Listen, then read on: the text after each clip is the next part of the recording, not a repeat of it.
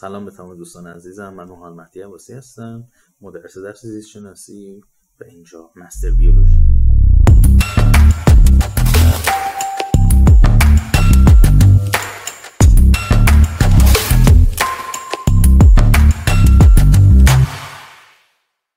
سلام، امیدوارم که حالتون خوب باشه. میخوایم درس امروز رو با چند تا سوال جلو ببریم. بچه‌ها یه سوال، همه ما تا اینجایی که درس خوندیم میدونیم که انسان از یک سلول به اسم سلول تخم شکل گرفته. چجوریه که بعد از گذشتن یک دوره 9 ماهه این یک سلول تبدیل به میلیاردها سلول میشه؟ یک سلولی که شاید اصلا وزنش رو اصلا نتونیم اندازه بگیریم، انقدر سبکه، تبدیل میشه به یک موجودی حالا با وزن دو خورده 3 کیلو، یک نوزاد دیگه. چجوریه که این نوزاد بعد از گذشت 20 سال به وزن 70-80 بالاتر یا حالا پایین‌تر، چجوریه این یه سلول تبدیل میشه به این حجم از سلول که بعضا صدها میلیارد میرسه؟ از همون یک سلول تنها دسته‌ای که ما سراغ داریم یک دسته که بخوام اینجا بهتون بگم 98 میلیارد نورون به وجود میاد از یک سلول در یک فرد بالغ. اینا چجوری اتفاق میفته؟ یک بذر رو زمانی که میکاریم چه اتفاقی میفته که بعد از گذشته 5-6 ماه یک گیاه ازش به وجود میاد؟ همه اینها یک جواب داره: تقسیم سلولی. و تا اینجا فکر کنم متوجه شده باشین که قرار فصل 6-11 رو استارت بزنیم. بچه‌ها اول راجع به تقسیم سلولی صحبت کنم. بچه‌ها تقسیم سلولی یک مدل از تولید مثله. تولید مثل بچه‌ها اینجوری نیست که حتما یک موجود شبیه به خودتون رو به وجود میارید به عنوان یک سلول. اما اگر گوش کنید، تقسیم سلولی در یک تک سلولی باشه، حالا فرق نداره یوکاریوت باشه یا پروکاریوت، فرق نداره. اگه تک سلولی باشه تقسیم سلولی براش تولید مثله. یک باکتری زمانی که تقسیم میشه تولید مثل انجام داده. ولی سلولای پوست من چی؟ سلولای پوست من الان دائما در حال تقسیمن. آیا تولید مثل انجام میدن؟ بله تولید مثل انجام میدن. خب سلولی مثل خودش رو به وجود میاره، اما تولید یک موجود جدید نمیکنه. این رو پس دقت داشته باشین. تمام تقسیمات تولید مثل هستن، بله حتما، ولی تمام تقسیمات و تمام تولید مثل ها تولید یک موجود جدید نمیکنه. جاندار جدید چرا، ولی موجود جدید اینا یکم با هم دیگه فرق داره که باید حواستون باشه. کتاب ما متاسفانه اومده شروع کرده زیست رو یه سری کلماتش رو فارسی سازی کردن که من اصلا نمیپسندم. مهم نیست، حالا همون فارسیش هم یاد بگیریم بد نیست، منتها در پرانتز به شما انگلیسی رو میدن، چه در امتحان نهایی، حالا امتحان نهایی که ممکنه ندن ولی تو کنکور 100% داخل پرانتز اسم انگلیسی رو به شما میدن. خب بریم سر درس. گفتار اول ما راجع به یک ساختار زیستی به نام کروموزوم. کروموزومایی که ما میشناسیم معمولا اینجوری نشونشون میدیم. منتها یک چیز دیگه‌ای که من میخوام الان به شما از کروموزوم نشون بدم، فعلا گوش بدید بچه‌ها، هنوز شروع نکردم به درس دادن. ببین یک سلول رو در نظر بگیریم. این میشه سل. در این سلول یک هسته‌ای وجود داره. پاکه میشه همین اسم هسته.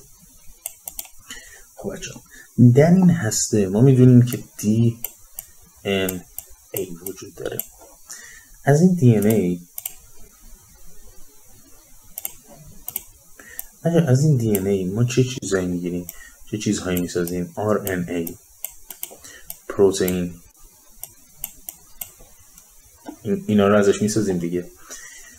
یک نکته ای هست بچه‌ها، دی ان ای، طول دی ان ای، حالا چیزی که در حد شما بخوام بگم، طول یک دی ان ای، طول یک مولکول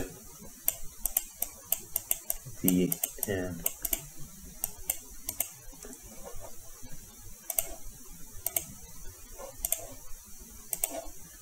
ای، بچه طول یک مولکول دی ان ای چقدره؟ یک چیزی حدود 2 متر. خیلی زیاده بچه ها. ما صدها میلیارد داریم، هر کدوم از اینها یک دی ان ای که دارن و رشتهش اگر باز کنیم به 2 متر میرسیم. پس این حالت که نشون میدیم، حالت فشرده، یک حالت خیلی خیلی کوچیکیه دیگه. ما چجوری میتونیم در این حالت فشرده یه چیزی رو بنویسیم؟ من الان فرض کنیم خب یک دفتر اینجا دارم، شروع میکنیم. بچه من اینو اینجوری مچاله میکنم. چی از این میتونی بخونی؟ ببین اصلا اینجاشو میای بخونی، ببینی اینجاست. این حالا میگم مارکت تست دیگه. اینو بخونی ببینی اینجاش اینجوریه. نمیتونی اینو بخونی تا زمانی که این باز بشه محتویاتش رو شما بتونی ببینید. برای کروموزوم همینه. بچه کروموزوم در این حالت قابل خواندن نیست. پس کروموزوم در این حالت قابل خواندن نیست. چه اتفاقی میفته؟ بچه ما این الان فشرده شده است. ما میایم در حالتی، در زمانی که تقسیم نیست، یعنی نمیخوایم تقسیم اتفاق بیفته. زمانی که نمیخوایم تقسیم اتفاق بیفته، زمانی که تقسیم نیست، کروموزوم ما بازه. یعنی اینکه مثلا به این حالته و ما به این حالتش میگیم کروماتین. اینا همه جنبندی دارم، گوش بدیم. کروماتین این بازه، مثل این برگی که الان اینجا میبینید. حالا این اشتباه نکنم فیزیکی باید باشه. بله فیزیک. من روی فیزیک رو میتونم بخونم. اتفاقی که اینجا میفته اینه، ما برای اینکه بتونیم این کروموزوم رو بخونیم در زمانی که نمیخوایم تقسیم انجام بدیم، در اون مرحله تقسیم نیستیم، این کروموزوم با بازه تا ما بتونیم مثلا بخونیم دیگه چی نوشته، که بعدش بتونیم از روش پروتئین، RNA و غیره بسازیم. و ما به این میگیم کروماتین که اصطلاحاً کتابش میگه فامینه. من نمیپسندم این اسم فارسی بود، به هر حال نظر کتابه. خب پس این رو اینجا داشته باشیم. من میخوام یه ساختاری رو شما نشون بدم. ما میدونیم که همین الان به شما گفتم هر کروموزوم بچه حدوداً 2 متر طول داره. چجوری من اینو اینجوری مشاله میکنم زمانی که میخوام تقسیم انجام بدم؟ اتفاقی میفته چیه این وسط؟ اتفاقی که این وسط میفته اینه که من باید بیام با یک سری ساختارهای منظمی این رو مچاله کنم، بپیچونم تو خودش. یک کتاب اینجوری بیان میکنه، میگه یک سری واحدهای تکراری به نام هسته تن یا نوکلئوزومه. حالا میخواد بیاد راجع به این نوکلئوزوم ها صحبت کنه دیگه. من میام اینجا توضیح بدم نوکلئوزوم چیه. بچه‌ها من میام 8 دایره رسم میکنم. این 4 تا دیگه هم روی اینا میکشم. بچه این 8 دایره‌ای که میبینید ساختاری هستن که حالا 2 تا واحد 4 تایی میشن. بچه این 8 پروتئینای هیستون نام دارن. من اینجا اسمشون رو بنویسم براتون که بدونید. هیستون. این هیستون ها بچه اتفاقی که براشون میفته اینه، دی ان ای زمانی که حالا من این سبز رشته دی ان ای، این دی ان ای میاد تقریبا 2 دور اینا میچرخه، این دور اول و این دور دوم. دور دوم و اون آخرش رو میره بیرون و یک ساختار دیگه. حالا من این هیستونا رو یه از من کپی کنم. حالا به هر حال دوباره اینجا یک اتفاقی که میفته، یه دور هیستونا میزنه میره سری بعدی و یک همچین حالتی رو این دور اول دور دومش میذاره یه جای دیگه، این میشه 1، این میشه 2، میره یه جای دیگه. و این اتفاقی که میفته ببین دی ان ای اینجوری شروع میکنه به کوچیک شدن و دور این هیستون ها دور میخوره. این هیستون ها مجموعه این هیستون ها و این دی ان ای رو که دورش دور خوردن تقریبا 2 دور، اینها میگیم نوکلئوزوم.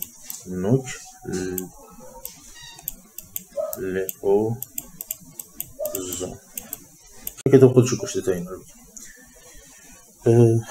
بچه در هر نوکلئوزوم، پس یه لحظه ببین اینجا، در هر نوکلئوزوم 8 تا پروتئین هیستون هست، 2 تا 4 تا اینجوری، 4 تا عقبه 4 تا جلو، اینجوری بگیریم دسته اینا رو فرض کنیم، این 4 این 8 تا هیستونن. این 2 دور اینا میخوره و میره تقریبا 2 دور. و من کمی شکل کتابو بخوام نشون بدم اینجا میبینید دیگه اون دور دومه کامل نمیخوره. ماده وراثتی در هسته در تمام مراحل زندگی سلول به جز تقسیم به صورت فامیله یا همون کروماتین. چرا؟ چون اون لحظه تقسیم ما میخوایم صرفا اینا جدا بشن از هم دیگه، ما صرفا میخوایم اینا رو از هم دیگه جدا کنیم، ولی بقیه‌اش ما نیاز داریم اینو، به خاطر همین باید بتونیم از روش بنویسیم. پس اونجا تنها به صورت کروماتین هست. میگه قبل از تقسیم رشته‌های فامیله 2 برابر و در حین تقسیم سلول فشرده میشن. مجا این رشته‌های فامیله 2 برابر میشن چیه؟ بریم ببینیم چی به چیه. خب من خطی بیام جلو که بعدا اگر جزاره پیدا کردید راحت باشید. خب مجا من این الان کروماتینم رو شروع میکنم کشیدن. این کروماتین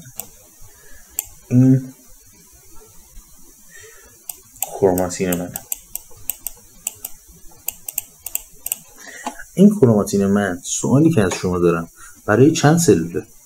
ببین من میخوام سلول رو تقسیم کنم دیگه، یعنی من یه سلول 2N دارم، از این سلول 2N میخوام بیام 2 تا سلول 2N دیگه درست کنم دیگه. خب هر کدوم از اینا یه Nش رو از پدر گرفته، یه Nش رو از مادر، و باید بیام اینا رو بسازم. یعنی چی؟ یعنی اینجا من باید بیام از روی این کروموزوم یه رشته دیگه بسازم دیگه. این مثلا N پدره، فرض کنیم این N پدره، خب من از این میخوام به اون سلولم من بدم، پس باید 2 تا داشته باشم. N مادر چی؟ از اون هم باید 2 تا داشته باشم. پس میام یکی عیناً از روش کپی میکنم.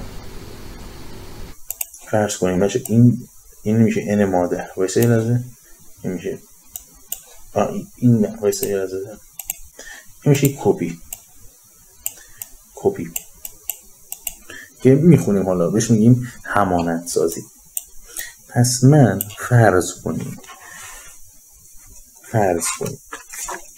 شما میای پیش من میگی استاد من این جزوه رو از شما میخوام، میگم که چشم.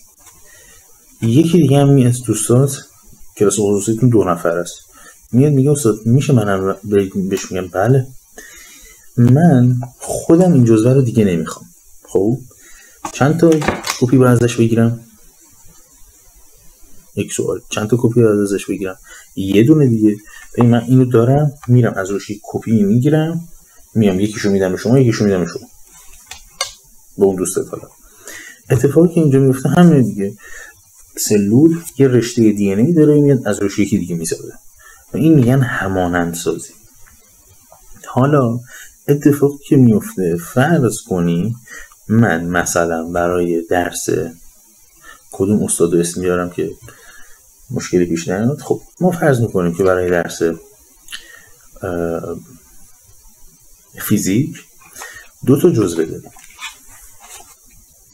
یک جزوه استاد یحیوی باشه، یک جزوه استاد قضاتی باشه. زیست شناسی نگفتم، بین علما اختلاف نیفته. 2 تا دبیر مطرح، 2 تا دبیر درجه 1. من حالا شما و دوستتون موقعیت اینه، میای پیش من میگی استاد من از شما یک جزوه میخوام، جزوهتون رو میخوام. بهش میگم باشه مشکلی نداره. دوستت هم میگه منم میخوام، میگم باشه شما هم مشکلی نداره. 2 تا جزوه آوردم. خب این یه جزوه، اینم یه جزوه. یکی از اینا رو میگیریم مال استاد قضاتی، یکی دیگه رو میگیریم مال استاد مثلا یحیوی. شما و دوستت میای پیش من میگی که استاد من این جزوه شما رو میخوام با تمام اون چیزایی که داخلش نوشتیم. میگم باشه مشکلی ندارم. میرم از این یه کپی میگیرم، از اینم یه کپی میگیرم دیگه، که بیام این 2 تا اصلیه رو بدم به شما، اون 2 تا کپیه رو بدم به دوستتون. درسته؟ اتفاق داخل سلول هم همینه دیگه. سلول یک کروموزوم از مادر داره، یک کروموزوم از پدر که اینا با هم دیگه جفتن. خب اطلاعاتشون یکیه دیگه. مثلا شما حرکت شناسی که مثلا فرمولا همونه دیگه، مثلا چه میدونم x به روی t میشه v دیگه. حالا چه استاد قضاتی گفته باشه چه استاد یحیوی گفته باشه. حالا ادبیات اینا ممکنه فرق داشته باشه با هم دیگه، محتوایی که یکیه. شما از هر کروموزوم 2 تا داری، یکی از پدر گرفتی، یکی از مادر، یکی از استاد یحیوی گرفتی، یکی از استاد قضاتی. خب وقتی میخوای تقسیم سلولی انجام بدی، میای چیکار میکنی؟ از هر کدوم از این یه دونه هایی که داری، چون باید اطلاعات کامل انتقال بدی، هر چی داری رو باید انتقال بدی. میای چیکار میکنی؟ میای از این یه کپی میگیری، از اینم یه کپی میگیری، اصلا رو میدی به یکی، کپی ها رو میدی به یکی. که اتفاقی که میفته اینه، ما داخل 12 میخونیم، اینجوری هم نیست که مثلا حتما اصل تقسیم میشه این اصل بین 2 سلول. یعنی اینجوری نیست که مثلا اصل بیفته دست شما، کپیه بیفته دست شما، نه ترکیب میشه. حالا در 12 جزئیات داره، ما هم دیگه میخونیم. این تا اتفاقی که میفته این مثلا مثل این داستان این 2 تا جزء است. خب پس من برای اینکه بخوام یک تقسیم سلولی انجام بدم، این سلول 2n رو میام میکنم 4n، 2n شما 2n شما، تمام شده رفت. ادامه بدیم. و در حین تقسیم هم که گفتیم فشرده میشن دیگه. باشه این فشردگی که اینجا میبینید، پیچیدن دنا به دور هیستون ها، بعدش یک افزایشی میخوره، خود همین شروع میکنه یه تاب خوردن.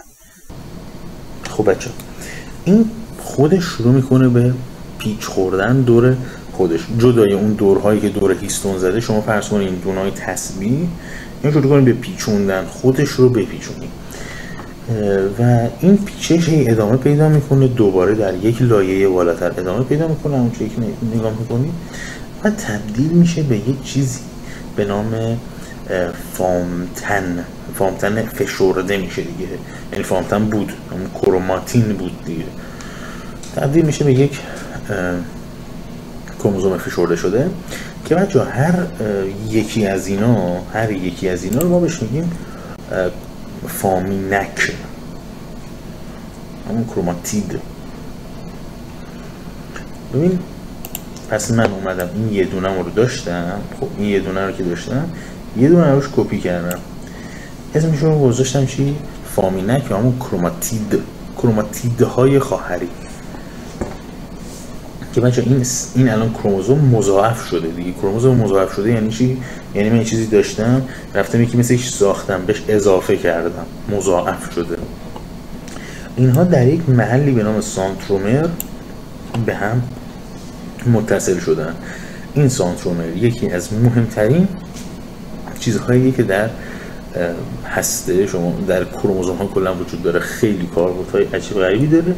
عجیب غریب برای چی؟ نه اینکه مثلا خودش خیلی کار خاصی داشته باشه، نه، اینکه در شناسایی، در دسته‌بندی، در تقسیم این سانترومرها مهمه. خب بیام اینجا. تعداد کروموزومی. بچه یک سوالی که من از شما دارم اینه، ببینیم ما به عنوان یک انسان 46 کروموزوم داریم، یعنی 23 جفت کروموزوم که 22 جفتش کروموزومای عادیه که هممون داریم. حالا خانوم ها کروموزوم جفت شماره 23 شون XX، آقایون XY که حالا میخونم یکم جلوتر. آیا تمام موجودات 46 کروموزوم دارن؟ سوال. مثلا ذرت چند تا داره؟ میمون چند تا داره؟ تازه همه میمون هم نه، مثلا اورانگوتان چند تا داره؟ اون یکی مثلا فرض کنیم کینگ کنگ چند تا داره؟ احتمالا یکی هن. حالا دقت نکردم به این موضوع. منتها خروس مثلا چند تا داره؟ بچه‌ها کروموزوم های هر موجود منحصر به فرد، مثل عدد اتمیه تقریبا. و حالا نه اینکه هیچ وقت نشه مثل هم باشن، منتها خب خیلی محدوده این حالت. و یک چیز خیلی مهمه برای ما بچه، یکی از این کروموزوم ها کم یا زیاد بشه مشکلات بسیار زیادی به وجود میاد. مثلا سندروم داون. سندروم داون بچه، جناب دکتر داون دو تا دختر داشت، این بیماری رو داشتن. شروع کرد تحقیق کردن که ببینه چه مشکلی پیش اومده، متوجه شد، این بیماری رو شناسایی کرد و فهمید نمیتونه دختراشو درمان کنه و شروع کرد یک مرکزی زد و از تمام این افرادی که حالا اون زمان بودن که این مشکل رو داشتن نگهداری کرد. به افتخار ایشون سندروم داون در واقع نامگذاری شد. حالا چه اتفاقی میفته؟ یکی از این جفت ها که داره تقسیم میشه، به جای اینکه یکی بریم دو تا بریم و دو تا بریم، 3 تا رفته، تمام شد. همین. یه لحظه اینجا نگاه کن. آخر فصل من اینا رو بیارم.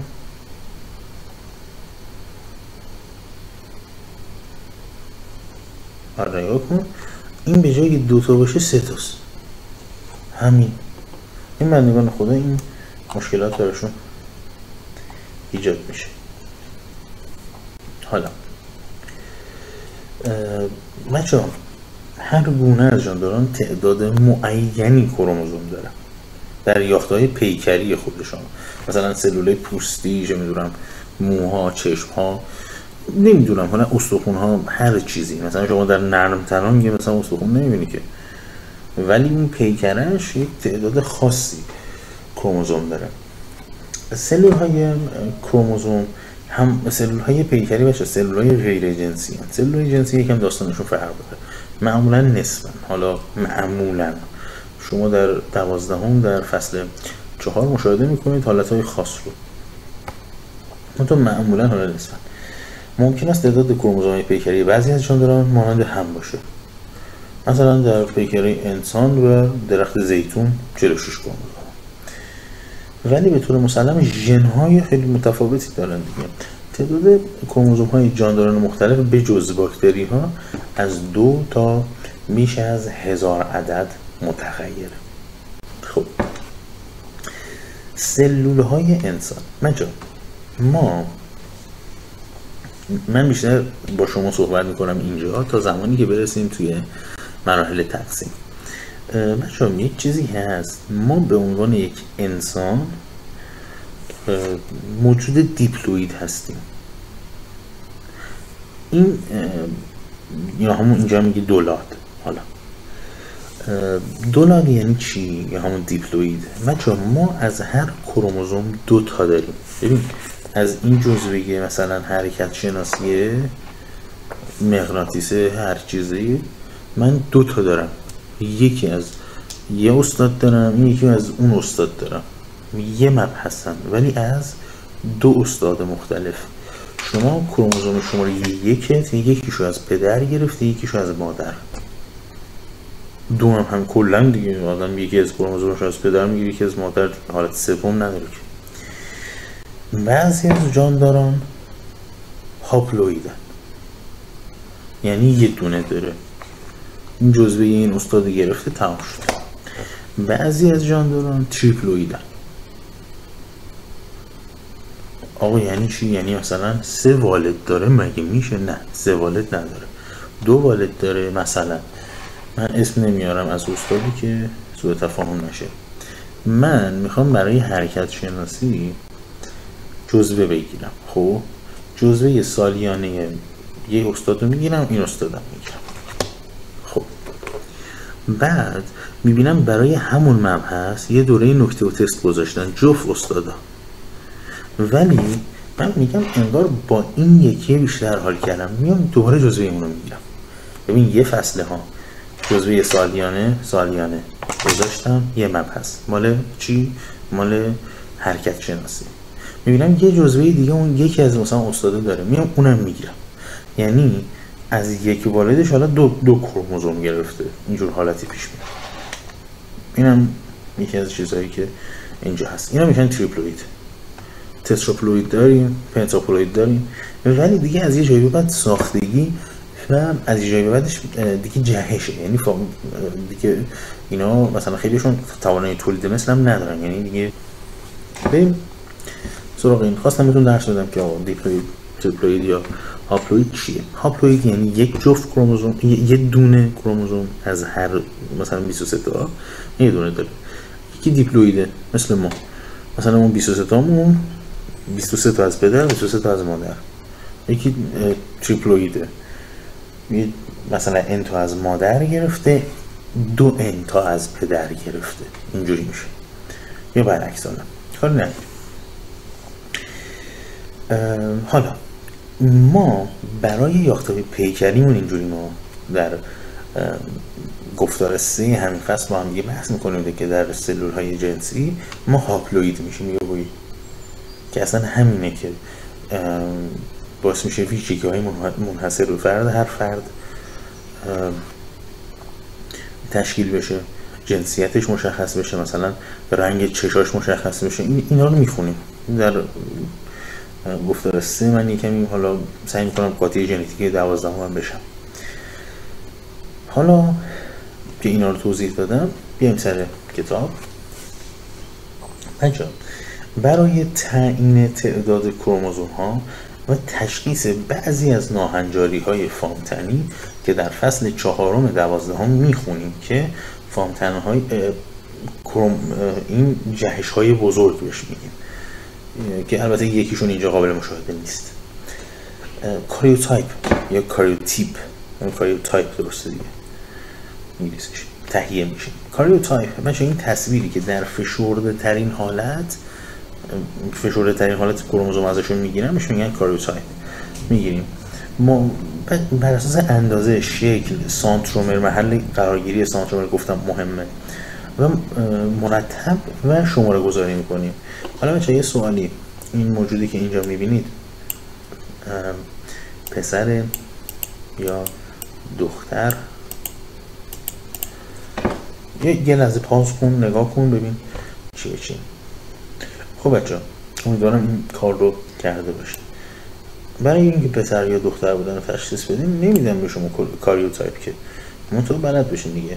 این جفت آخرش با هم دیگه فرق داره. جفت آخر فرق داره یعنی پسره. اگر XX بود دختره، اگر Y بود پسره. شما این Y کوچکتر از X. با بررسی کاریوتایپ انسان حالا متوجه شدن که انسان چون از هر کروموزوم 2 تا داره، یکی از پدر گرفته، یکی از مادر.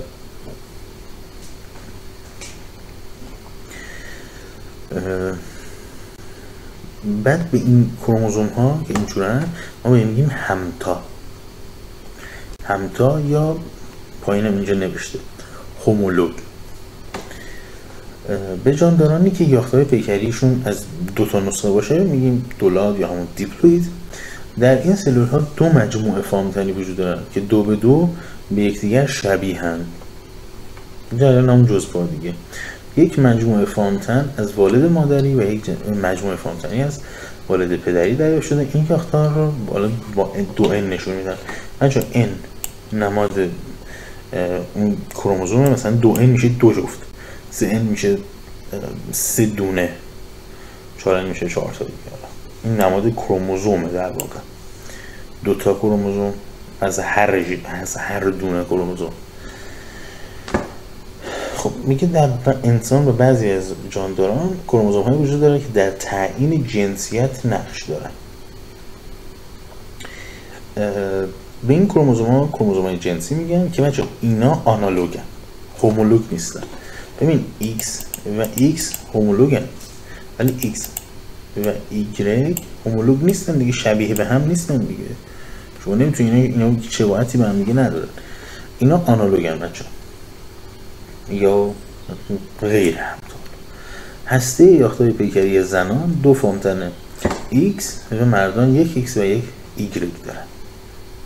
بعضی سلولای انسان، حالا که بهشون میگیم سلولای جنسی، تکلاد یا همون هاپلوید، یعنی 1 مجموعه فامتنی دارن. چرا؟ انشاءالله در چند دقیقه آینده میخونیم. تکلاد با N نشون میدن. N تعداد فامتن‌های 1 مجموعه است. مثلا در انسان N مساوی 23، پس 2N میشه 46. در 1 مجموعه فامتنی هیچ فامتنی با فامتن دیگر همتا نیست در 1 مجموعه بچه‌ها.